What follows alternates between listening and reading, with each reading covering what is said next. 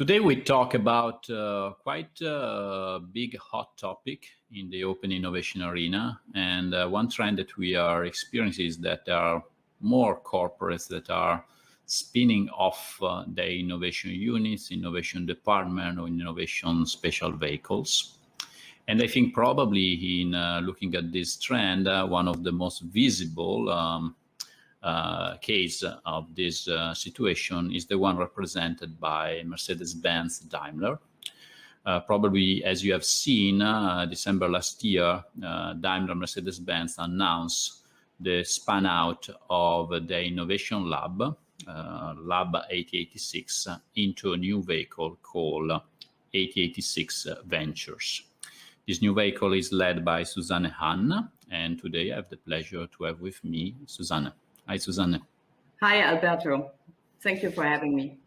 It's really a pleasure also because, again, you made the news, and I believe that what you guys have done is a super interesting potential example that might become a reference case for others to follow.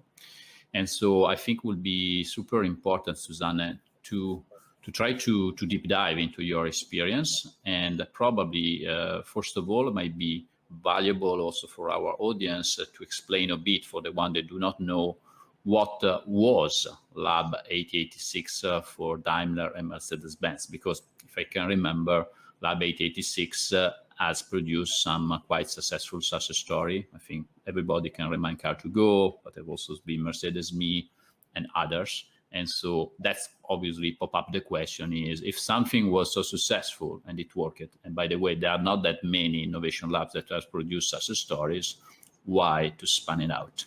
So Susanne, give us a bit of background, also explaining what was Lab 886 that has been a reference model for many.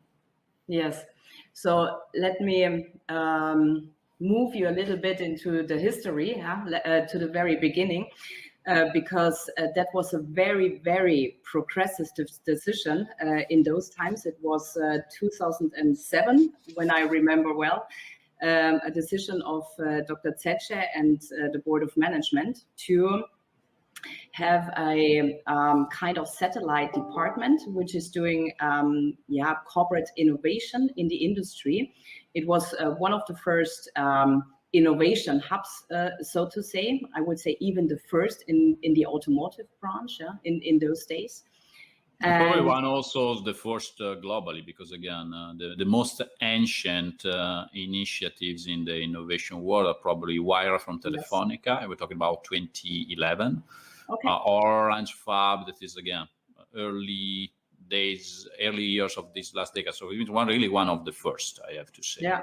Yeah, that's cool to hear. Yeah, so I did not do an analysis about this, but it's cool to hear. Yeah, and also combining with that experience of over 14 years, we can really say that we are pioneers in corporate innovation, and there were a lot of good things, which were produced, ideas and products like Car2Go or Moovel, or also Mercedes-Me was an idea of the very early stage. The business unit was called Business Innovation in those days.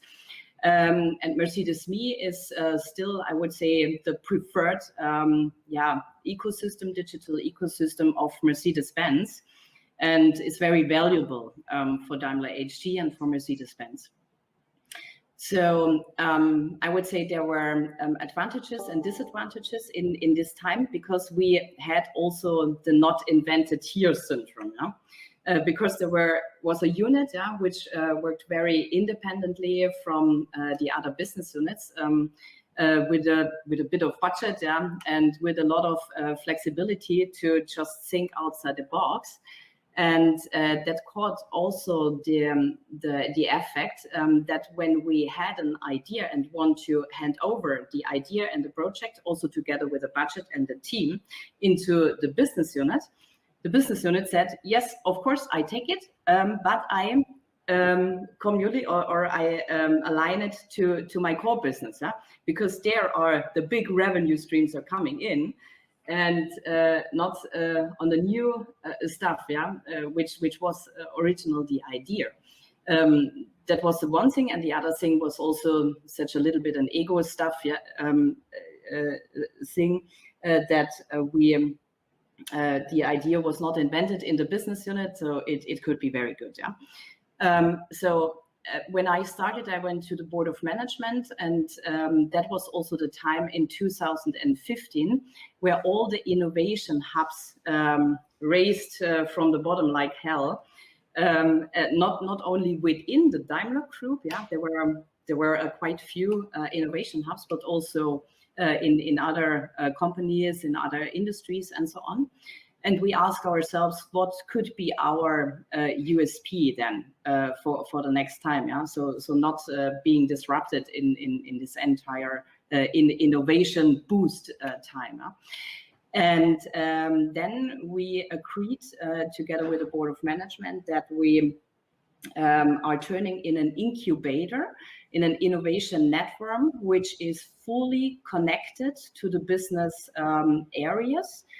And we ramped up 3 companies, one in China, in Beijing, one in Atlanta, in USA, and one in Berlin. And we ramped up the team to, I would say in the peak, it was 230 people. And it went also quite well, So because it was very supportive, we solved the topic not invented here, because we had also the budget from the business units, and we had also people from the business units who joined our team, and we made, so to say, very diverse groups. And then we ensured that the strategic fit is also there for the business unit, and also they have skin in the game, They bring budget in, they bring it to their attention, Also the heads of the functions and of the business units were joining the important milestones, and we had the full power, so to say. And in this, I would say 3 to 4 years, a lot of good ideas and IP rights has been developed. And then we were questioning ourselves, what is about scaling? What is about growth? And we were seeing, not only last year, but the years before, that it might not work so competitively within the corporate environment like it would be in the outside, when you go just in the startup world, for example. And then we question ourselves again, how can we change these rules? So coming to the problem, so to say, that we have a lot of guidelines and also FTE targets, and also budget targets, which is not directly supporting the businesses.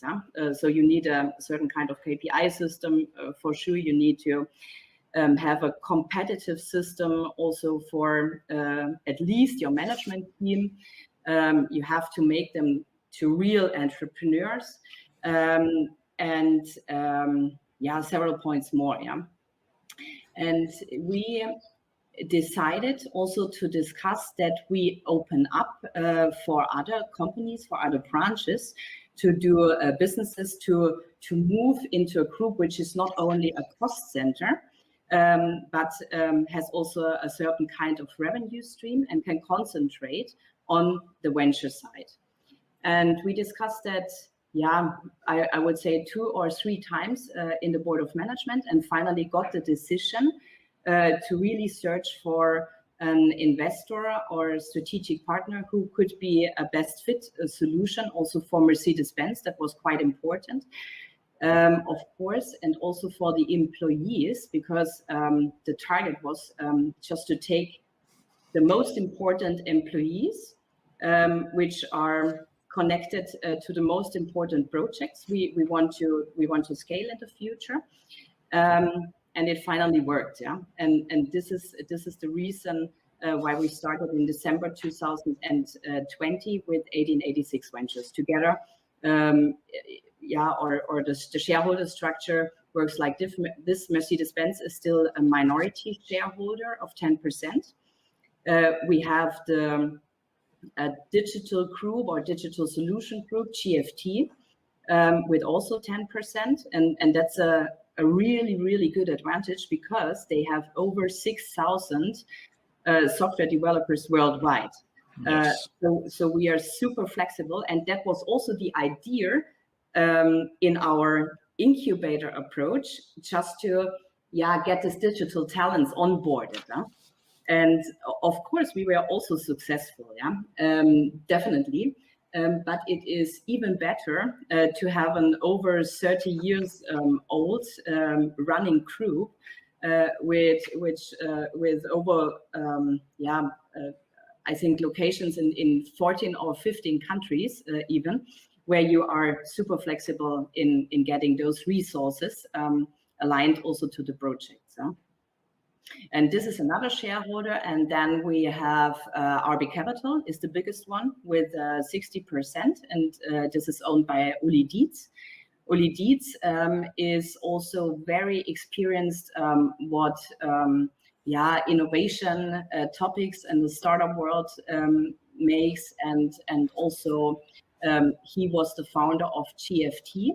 And he brought GFT also to the IPO. He IPO'd it, still in the board. His family owns over 40%, still over 40% of GFT. And that's a very good fit. And then we have another minority shareholder which supports us on the investor relations side and has very deep insights. And this might be also very good and profitable for the future. No, I think it's quite an evolution. I think it was important also that you mentioned that has been something that has not happened overnight, but has been a process. And I think it's important to deep dive a second on the phase before the decision to the radical spun out. That again, you were saying that at a certain point between 2015 to 2020, you have a pretty large team with the business unit that were in a certain way. Again, your service is the business unit. That is the typical internal model. The innovation unit is servicing the business unit. Business unit cover the budget of the initiative, and they are part. They have skin in the game, as you mentioned. Yeah. And still, despite they are technically on board, there are some blockers, and probably these blockers has been the one that push you into the direction to the radical decision of spanning out. And so the question here is, first of all, again, looking at the positives of the new structure, is if you have to identify some, what are you believe the strengths of the new settings? Again, some of them you already mentioned. And again, one of them is also the possibility to having software developers in part of your team. Now you are a separate entity, so I assume there are probably also some advantages in terms of probably incentives and compensation packages. You have a different contract. If I remember in our prior conversation, you mentioned that also the people moving out from Lab 886 to 886 Ventures, also they changed their contract. And again, moving from a very German traditional contract into something that's probably more venture capital-like, more startup-like, it's probably has been quite a move, and I think probably quite also certain level of involvement, and so that's again. I would like to explore with you this: what are the benefits that you perceive in these new settings, and then we can discuss a bit more what has been the hurdles that I'm pretty sure there are a few of them as well. Yes. So most of all, the benefit is, or there are several benefits. Yes. The most important, I would say, for us, and exactly. So we have already very nice products. I have to say that before I elaborate on this. We have already nice products. We have also high quality products. We need to just scale them. We need to just maybe a little bit develop them, and so we have finalized the incubation phase with most of the stuff we are doing, and now the thing is to scale and to ramp up.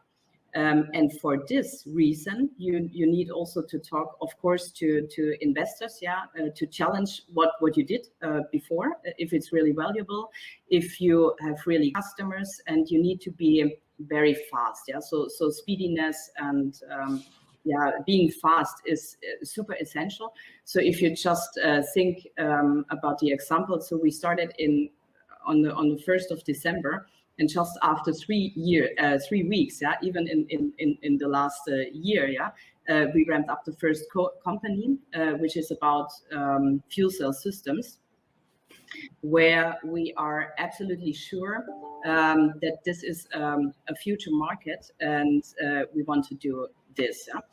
And another benefit is that we can make decisions very quickly. So there are not so many meetings. So we have one meeting in the week, so to say. That's the managing partner meeting, and there all the decision making is to be done. And also when we have something, we talk every day. If we need to go in the right direction or the left direction, because it is also in this later phase super important to iterate permanently. To see is the product approach right? Are the customers are buying into it? Do we need to change it in a little bit, or completely knock it down or so? And on this side, and also the reallocation of the resources, we are quite fast and flexible. And the big topic, of course, guidelines. We have not so many guidelines.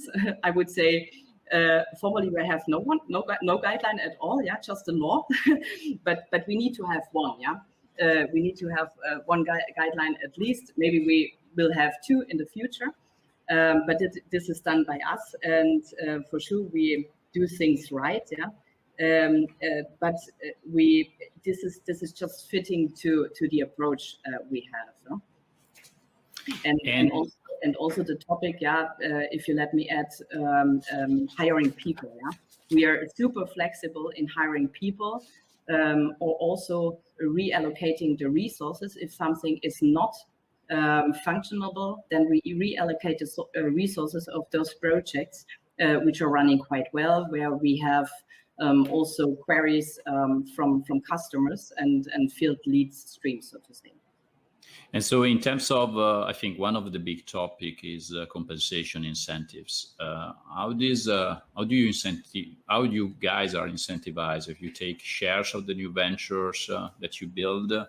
What's the business model of 886 Ventures, and then how do you are part of that? Because I think this is pretty big difference compared to many corporate environment when simply they would love to have people properly incentivized, but at the end HR comes into play, and then it's become almost impossible to find something that is really able to enable entrepreneurial behaviors, because people, yes, we might get a bonus, but no more than that. And then it's quite inappropriate that someone in the company may have a compensation higher than the CEO. And so I think I remember other cases when this happened and create a sort of internal corporate embarrassment. Again, being out probably makes your life a bit easier, and make also give the opportunity to the people that really contributed to the project to be real entrepreneurs, taking both sides, the positive and the negatives. You mentioned flexibility, and flexibility typically goes both ways. Yes, absolutely. That was also one major point. To give shares, for example, to the employees, which is also a prerequisite, of course, that investors are interested in the projects or the ventures then.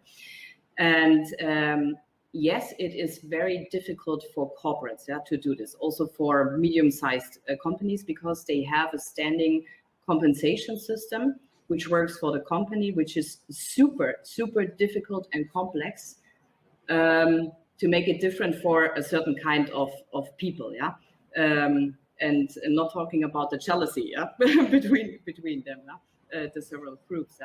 So you need to go outside. You need to do it in another environment.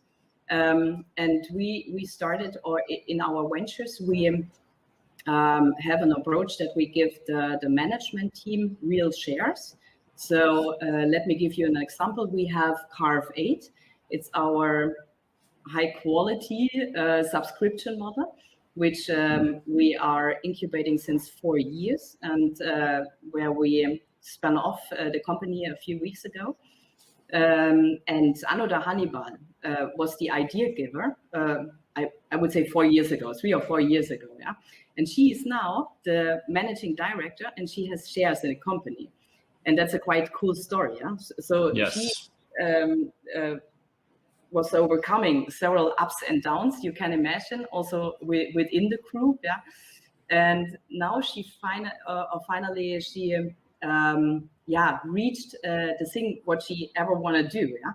And the same situation is within the globe fuel cell systems, because in former days, we had a 100 million challenge. So that was supported and powered by Lab 1886 in those times. And that was a competition that the entire Daimler group can send over ideas. Also teams or single persons also can send over ideas. And we will have a look onto it and take the 3 best ideas and push them further. And almost 1,000 ideas were coming together. And one of the ideas we really took and pushed ahead was the fuel cellars. Yeah, they was called the fuel cellars with Stephen and Bernhard.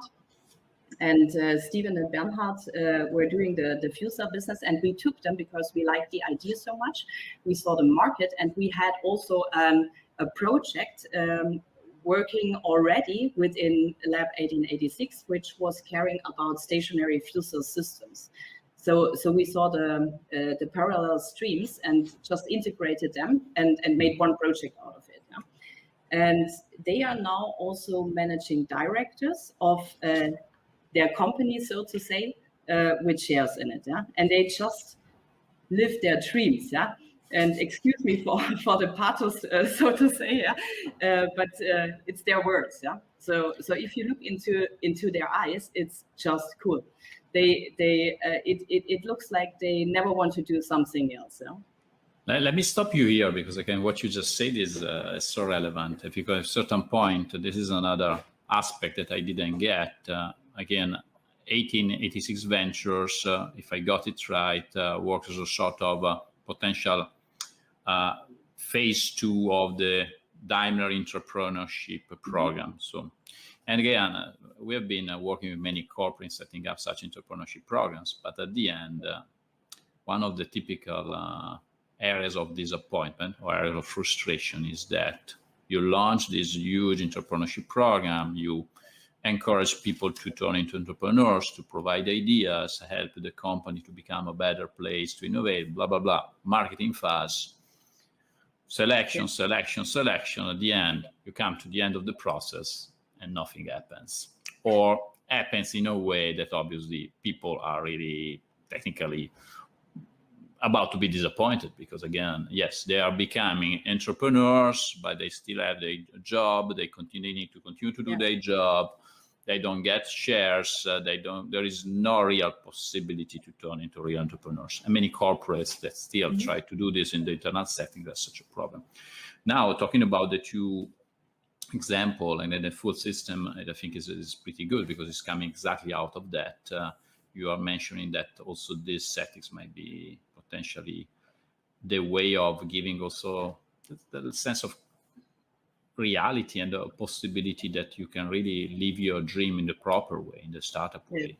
And that means taking the upside potentially, but also taking the risk, because I'm expecting that these people should leave. They typically, people moving to 86 Ventures, also people like an example for Sue, they are leaving Daimler and becoming full-time entrepreneurs. How does it work? Yeah, so there were quite a few discussions. Yeah, we had. So you can imagine. Yes, that's why I'm curious. Yes. So not only the entire or discussion with the board of management. Yeah, there we had a check mark. Yeah, and then the first point was the entire negotiation. and the several streams with the HR topics, which you just mentioned, then the legal topics, the M&A topics, because it was not like we were one company and we just spin off this one company, everything included. It was more like we were super connected. Some guys of Lab 1886 were not even in my department. They were working in other departments. And we had a very super integrated working structure. Yeah? And also IP rights were allocated in Mercedes-Benz or in Daimler or sometimes also in trucks. Yeah? And we had to just define what topics we can take. Yeah, we had to of course prove this, and then also have the talks to the people, yeah, who want to join the crew, so to say, yeah.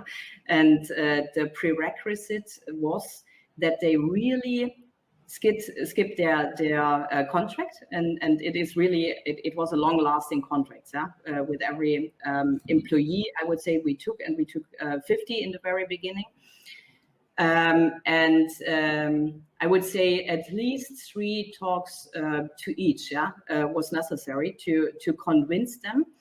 Some of them were quite clear from the very beginning, yeah. They said, okay, I go with you, yeah, and I joined the crew, and this is no discussion at all for me, yeah? And there are also several reasons for them, yeah. So they want to do what their purpose is, yeah. For example, doing something better for the future, but there are several topics that was also in my case, yeah, to answer before you do such a step.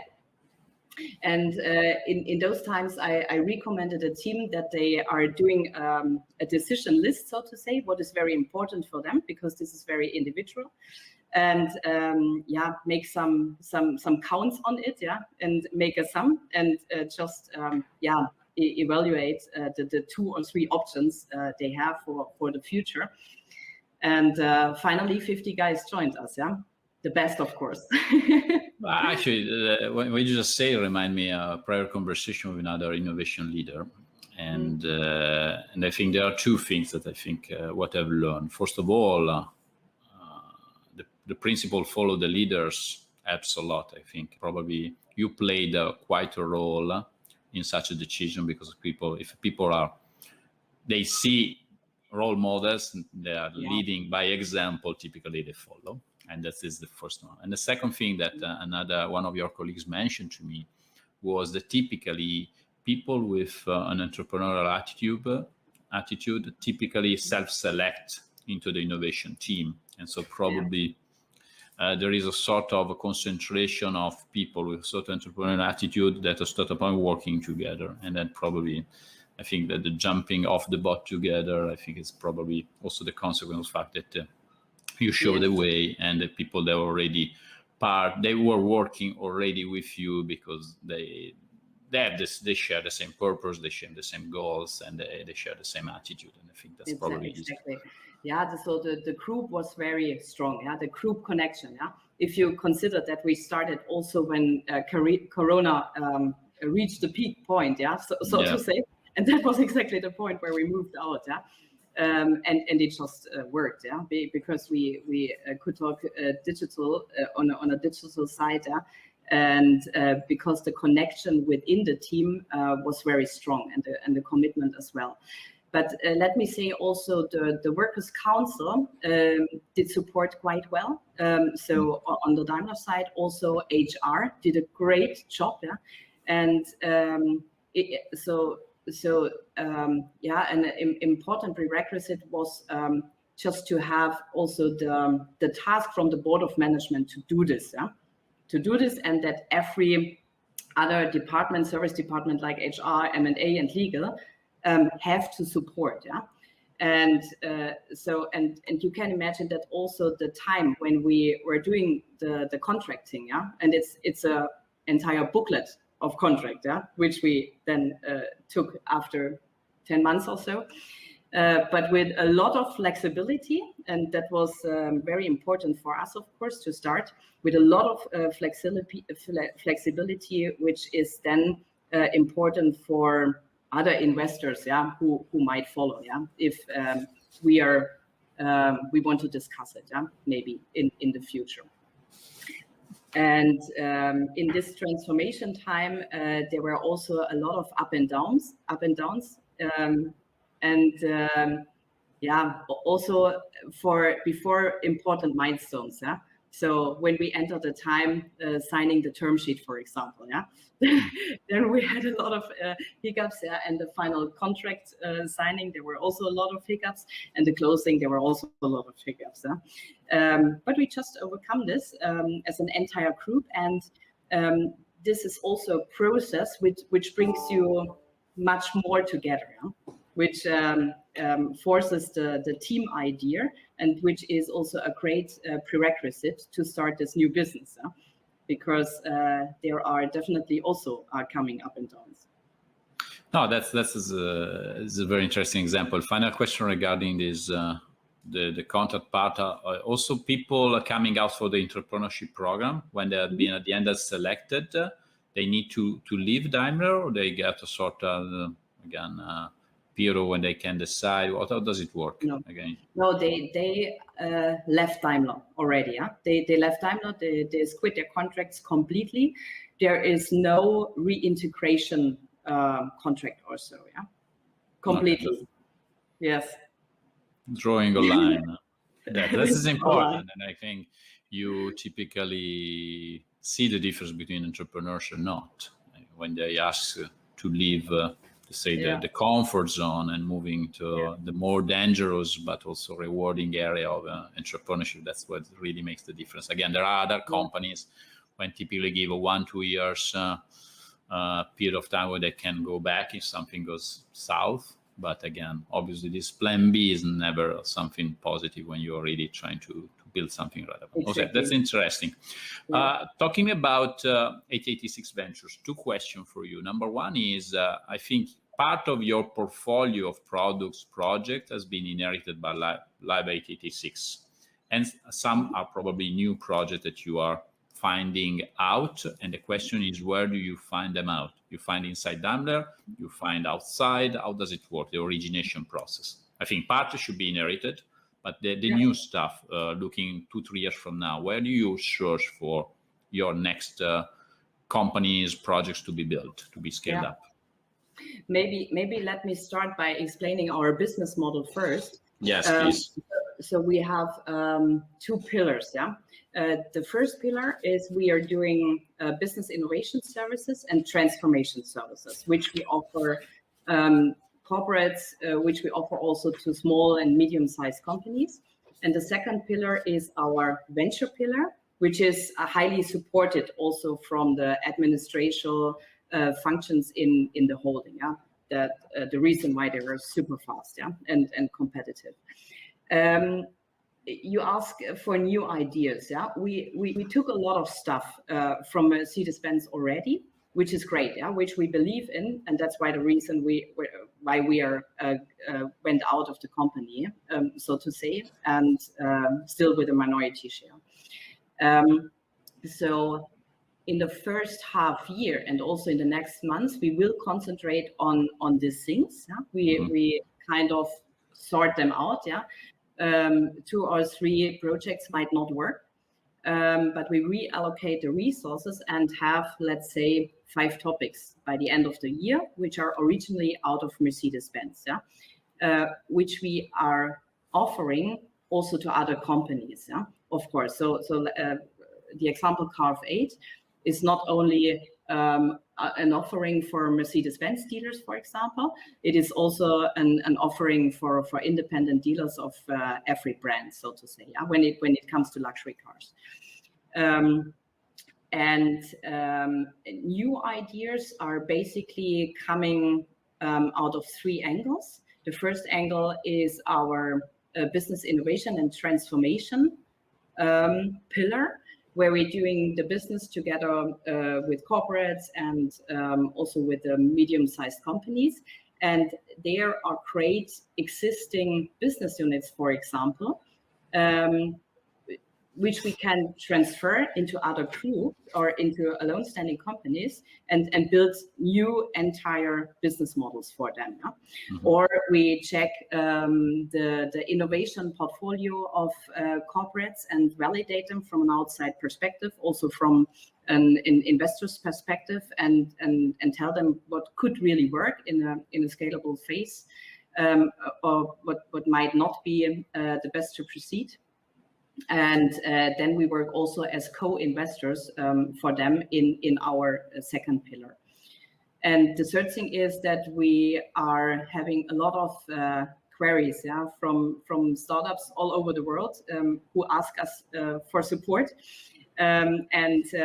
Also in my case, it is very difficult for me to say no to this, because there are so great ideas, but we need to concentrate, we need to focus on those where we have now in the business portfolio. But I think we are coming there in the next year to this point of time, yeah, where we can also make investor deals, yeah, or bring the investor network together with the startups and bring them through our standing process, yeah, which is quite strong and also difficult to go through this process, and then ramp them up and give them every help they need in the growth phase.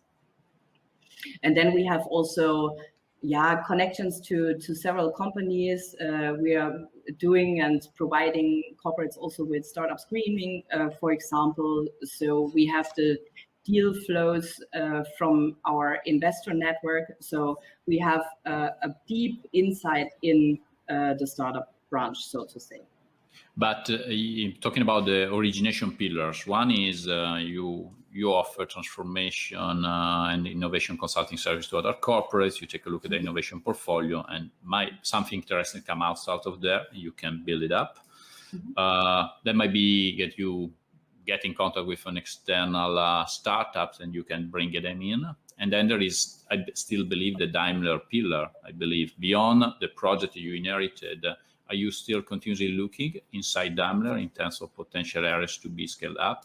Maybe the entrepreneurship program is one of the origination channels, or is just one out of many? So it's one out of many. So of course, so Daimler is our shareholder. That's the first side, and Daimler is our customer, of course, on the other side, one of our customers. Yeah, and if there is a need for startup screening or look into the ideas and validate them if there are new ideas, then normally it works like this, that Daimler is asking us for such services and transformation tasks, and we are doing this. Yeah? Okay, got it. And talking about when you build a new project, a new company, you typically take the majority, minority. How does it work? Which is the cap table of a new project? Typically, what is typically structurally designed? So currently we have the projects which we took from Mercedes-Benz and Daimler AG, mm-hmm. and of course we still have the majority. Yeah? Okay. And depending on the business model, yeah, and it's also a timing point, yeah. If when we let and to which extent investors coming in, and the I would say we need only for each venture we currently have in the portfolio one strategic partner, for example, and one financial partner. Yeah? But we are very we have no rush, so to say, yeah, in that point of view, because we are very good financed, and so we can take our time to negotiate quite well, because this is very essential. Because when you have too much investors, yeah, or a big cap table where super many people are talking, and decision making is being slowed down. Yeah? And that's why we have a great situation, just a great situation. And if we can hold it, yeah, it would be the best, yeah. And we could also, or we can choose, yeah. So we have really a lot of interest, also from partners, from investors, from fund owners, who want to join 1886, also because of the brand, not only because of the products, that's the main reason, of course, and the people, but also the brand works quite well. And so we can have the choice, I would say. But do you have your own fund to invest, I imagine, right? That's a new idea. we are not having that yet, but we will have that maybe in the future. So there is no, I think currently you are building and the capital comes from outside. You don't have your own capital to be invested alongside. We have our capital also inside the company. Okay, you have. But we need to focus. We need to focus on the things we are doing, and we need to also prove the projects. So if there is no customer, for example, we will not invest. And that's also a quite good checking point for other investors, because other investors might also not invest when not the first customer is there, or in a very early phase, with very less money. And we want to really prove the ventures before we spin them out. And when we spin them out, we're super secure that it will work. And we spun out already 2. That's the fuel cell things, with Globe Fuel Cell Systems, which should replace the generators, the diesel generators, with a first priority on an intralogistic, and in the future maybe also other markets. And the second spin-off is Carve 8, the digital subscription model. Mm-hmm. And we might spin off another 2 or even 3 this year. And then we kind of sorted out what we took from Mercedes-Benz, what we think really works. So you got a bunch of projects, and now you are selecting the one that makes sense to move to the next phase, to the scale-up phase. And then at this point, they move out from the internal incubation into the spun-out. Yeah. And some others, you believe that you don't see the value, that are just, you drop them off. Another typical question is how much you should be selective, how many projects you can run per year, which is your bandwidth again. Mm-hmm. So we have a lot of things which we care about also in our innovation service unit. So if you consider them at our ventures, we are taking care about 10 projects, also entire 10 projects. But more or less, if you really size it down, then we have 5 ventures. 5 real ventures, if we where we consider to make a venture out of it, and the others are ideas or services. So there is a larger incubation pool of ideas, and then typically you have probably, given your current size, the bandwidth for running up to 5 ventures per year, and then you have the advisory part that is running in parallel. Yeah. Exactly, but that would be also not topics which we are doing 100% by ourselves, because that makes no sense. We were doing this then always together with strategic partners or with some customers we have.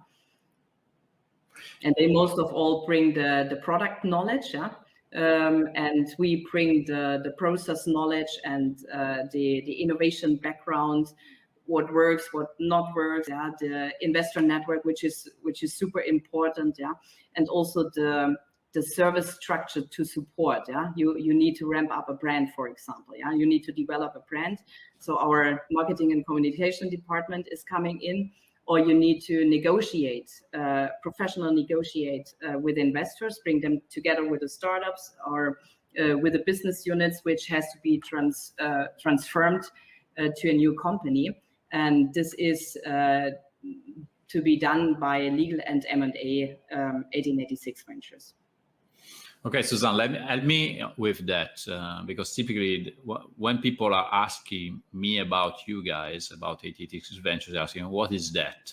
And I have my own opinion, but I'd like to hear from you, is how do you define 1886 ventures? Are you an accelerator, an incubator, a venture builder, a startup studio, a VC fund, a CVC fund, an innovation labs, an innovation hub. How did you find yourself? And at least you can save me from out of this question, because yeah, you won't believe it, but we just discussed this topic a lot, yeah.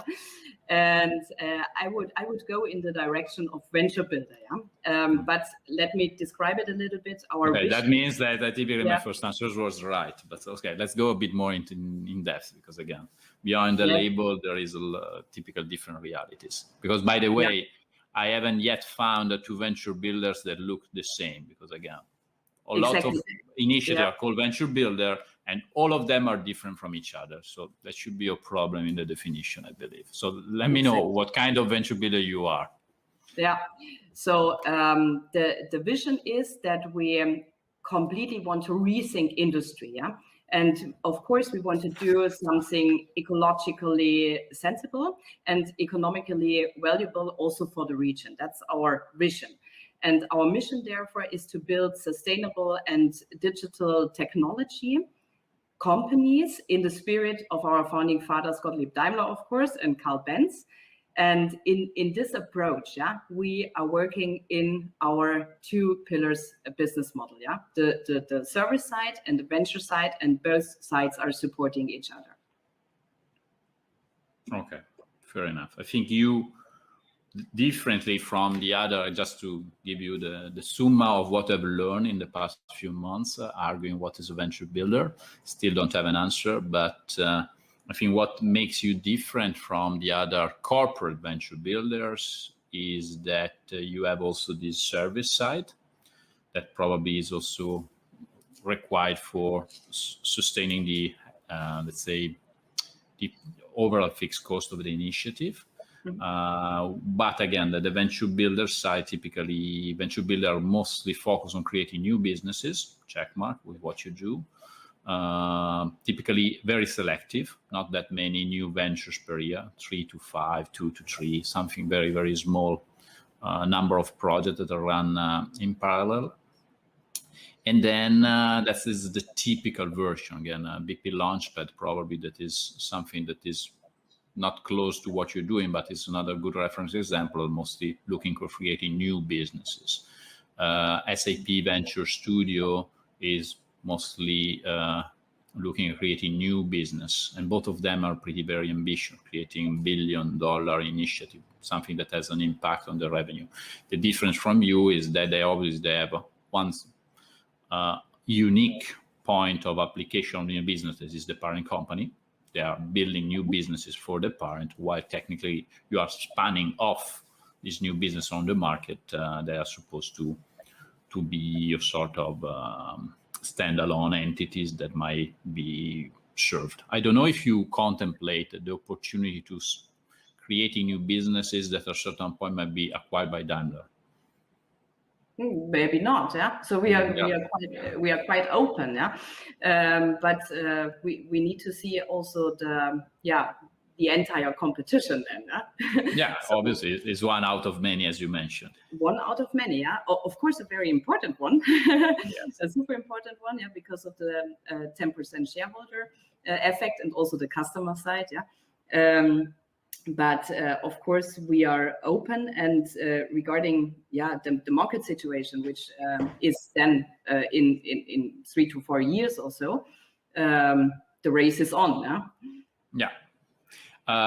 Final question for you, because I don't want to abuse of your time and your kindness. I think you have a unique perspective, because you have worked inside a corporate innovation lab for many years, and now you decided to jump the boat and do the same in a different innovative setting. We have a picture that, by the way, is coming from you guys. I don't know if you can project that, explain a bit, try to wrap it up, what you have learned. But I'd like to hear from you. Again, if you need to provide an advice to innovation managers and to define what is the ideal, what are the characteristics of the ideal innovation lab, innovation hub, venture builder, let's call it whatever you like, something that really works, what should be these characteristics? So depending on the business. So an innovation lab in the company has also a right to exist. I don't want to say that companies shouldn't have innovation labs. When it comes to digital process optimization, for example, or incremental innovation, then it has definitely a value. It has definitely a value. But when you enter the phase and when you really see you have something in your portfolio which could work quite well and which could go big, you should make the step, let go, also as a company. And this is not easy. Let go the people, maybe help them to find a partner with which they can do the scaling, and maybe be a minority shareholder. And this is the right track, so to say, because you can reduce your own costs, but you can also have a share in the later possible monetization of the company. So and that's perfect, So if I got it right, what you're trying to say is you are in an innovation lab, and at a certain point you eat something that have the opportunity to become big. I think looking at Lab 886 Car2Go might be a good example. And at a certain point, having the opportunity to move this opportunity to full-scale potential inside the corporate environments might be complicated, because again, there are a lot of potential. Yes, a lot of potential constraints that at a certain point might not allow to give the opportunity to move at full speed capacity. That typically in an external environment, meaning having access to large amount of capital, having access to external investors, being a certain way also independent to pursue the best possible trajectory, while it's something that is embedded inside the corporate environment. You need to fulfill certain rules. You need also to pass through a certain, how can I define it, compromise of different objectives. A certain way, probably the trajectory is not ideal. It's successful, but you can go faster and really shooting for the moon. While in this situation, probably you are shooting for a lower level in the building. Exactly. That's the right conclusion, I would say. So you should, my recommendation would be, never ever do scaling within your company. It's much too expensive, and it will not work. It will not work. Find the right time to really spin the things off, if they really are to spin off, if they have such a high quality, and take an external partner also in the very beginning, that you have not the situation that your team is doing great stuff, all the cool and cool things, and raise their babies, so to say, in the company with the budget of your company, and then finally you acknowledge years after that it might not work like it is. So you always have to challenge from the outside. Never ever to scale it inside your company. I think this is a perfect closing line of our very interesting conversation. Susanne, congratulations for what you've done, and let's definitely stay in touch, because again, I'm curious to know how this the 1886 Ventures venture builder, as we define it, will evolve, and I'm pretty sure that will change its shape down the way. And so, as everybody is doing, because again, there's still nothing is written in the stone on this, mostly written in the sand. And so, definitely interested to monitor your evolution, what you guys will do and evolve. And so, because you have so interesting reference case outside in the market. So, congratulations, and let's stay in touch. Thank you. Thank you very much, Alberto. See you.